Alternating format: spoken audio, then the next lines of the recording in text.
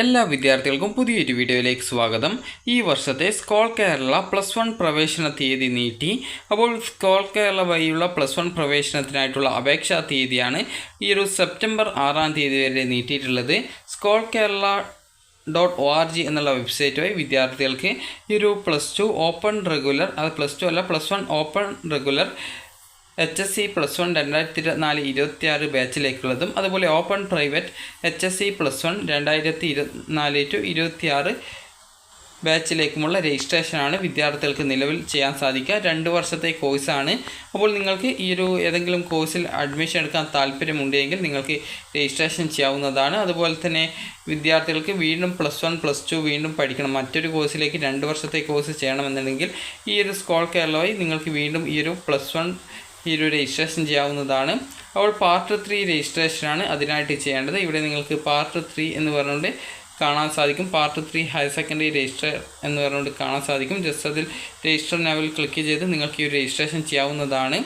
അപ്പോൾ ഇവിടെ നിങ്ങൾക്ക് അതായത് രജിസ്ട്രേഷൻ ചെയ്യാനായിട്ടുള്ള ലിങ്ക് ഉണ്ട്. ജസ്റ്റ് അതിൽ ക്ലിക്ക് ചെയ്ത് കഴിഞ്ഞാൽ രജിസ്ട്രേഷൻ ചെയ്യാനുള്ള പേജിലേക്ക് പോകുന്നതാണ്. അപ്പോൾ ജസ്റ്റ് അവിടെ click here to register now എന്ന് പറഞ്ഞിട്ടുള്ള ഓപ്ഷൻ ഉണ്ട്. അപ്പോൾ നിങ്ങൾക്കിത് അക്ഷയ വഴിയോ മറ്റോ നിങ്ങൾ അപേക്ഷിക്കുന്നതാണ് കൂടുതൽ നല്ലത്. കാരണം അപേക്ഷ നൽകുന്ന സമയത്ത് തെറ്റരുത് എന്നുള്ള കാര്യം, അതായത് തെറ്റിപ്പോകരുത് എന്നുള്ളത് പ്രത്യേകം ശ്രദ്ധിക്കേണ്ടതാണ്. ഇനി എന്താണ് സ്കോൾ കേരള എന്നുള്ള കാര്യം പറയാം. അത് നിങ്ങൾക്കിപ്പോൾ പ്രൈവറ്റ് കോളേജുകളിലും അതുപോലെ തന്നെ നിങ്ങൾക്ക് അതായത് പ്രൈവറ്റ് സ്കൂളിലൊക്കെ നിങ്ങൾ അതായത് ട്യൂഷൻ ഫീസൊക്കെ കൊടുത്ത് പഠിക്കുന്ന ആ ഒരു +1 എന്ന് പറയുന്നത് ഈ സ്കോൾ കേരളയുടെ +1 ആണ്. മുൻപ് ഓപ്പൺ സ്കൂൾ എന്നാണ് ഇത് അറിയപ്പെട്ടിരുന്നത്. ഇപ്പോൾ സ്കോൾ കേരള എന്നുള്ള രീതിയിലാണ് ഇത് അറിയപ്പെടുന്നത്. അപ്പോൾ ഇതുമായി ബന്ധപ്പെട്ടുള്ള സർക്കുലർ നമുക്ക് നോക്കാം. ഈ ഒരു സർക്കുലർ വെബ്സൈറ്റിൽ കൃത്യമായിട്ട് കൊടുത്തിട്ടുണ്ട്.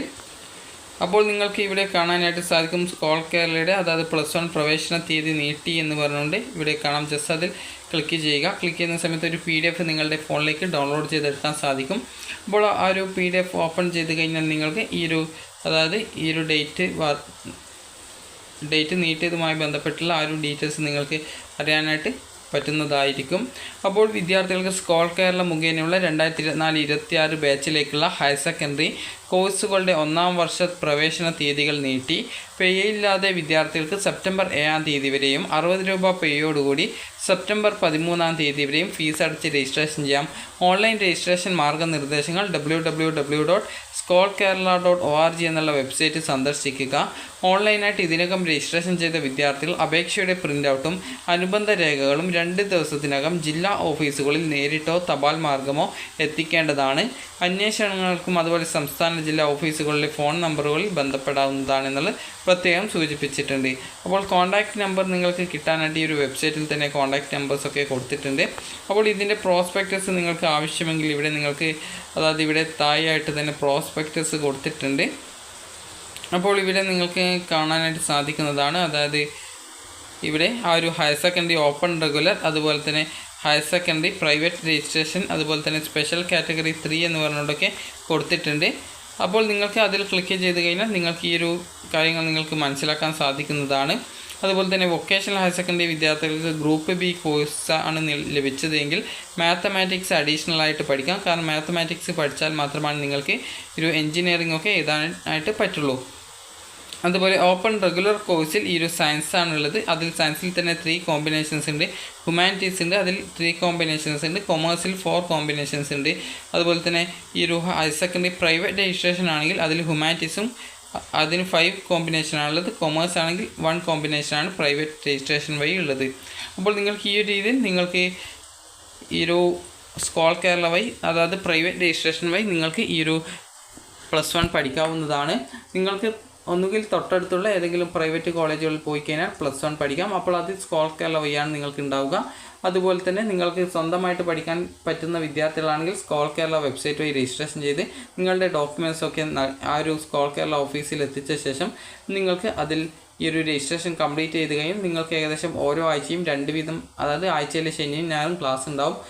അതുപോലെ നിങ്ങൾക്കൊരു വാട്സപ്പ് ഗ്രൂപ്പ് വഴിയാണ് അതുമായി ബന്ധപ്പെട്ടുള്ള SMS കാര്യങ്ങൾക്കും അതുപോലെ ക്ലാസ് സംബന്ധിച്ചുള്ള ഡീറ്റെയിൽസും കാര്യങ്ങളൊക്കെ വരിക. അപ്പോൾ അതുകൊണ്ട് തന്നെ നിങ്ങൾക്ക് എന്തെങ്കിലും സംശയമുണ്ടെങ്കിൽ സ്കോൾ കേരള ഓഫീസുമായിട്ട് കോൺടാക്റ്റ് ചെയ്യാവുന്നതാണ്. അതിൻ്റെ നമ്പർ വെബ്സൈറ്റിൽ ഇവിടെ അതായത് മുകളിലായിട്ട് തന്നെ പ്രത്യേകിച്ച് നൽകിയിട്ടുണ്ട്. അതായത് ഇവിടെ നൽകിയിട്ടുണ്ട് നിങ്ങൾക്ക് വിളിക്കാനുള്ള നമ്പർ.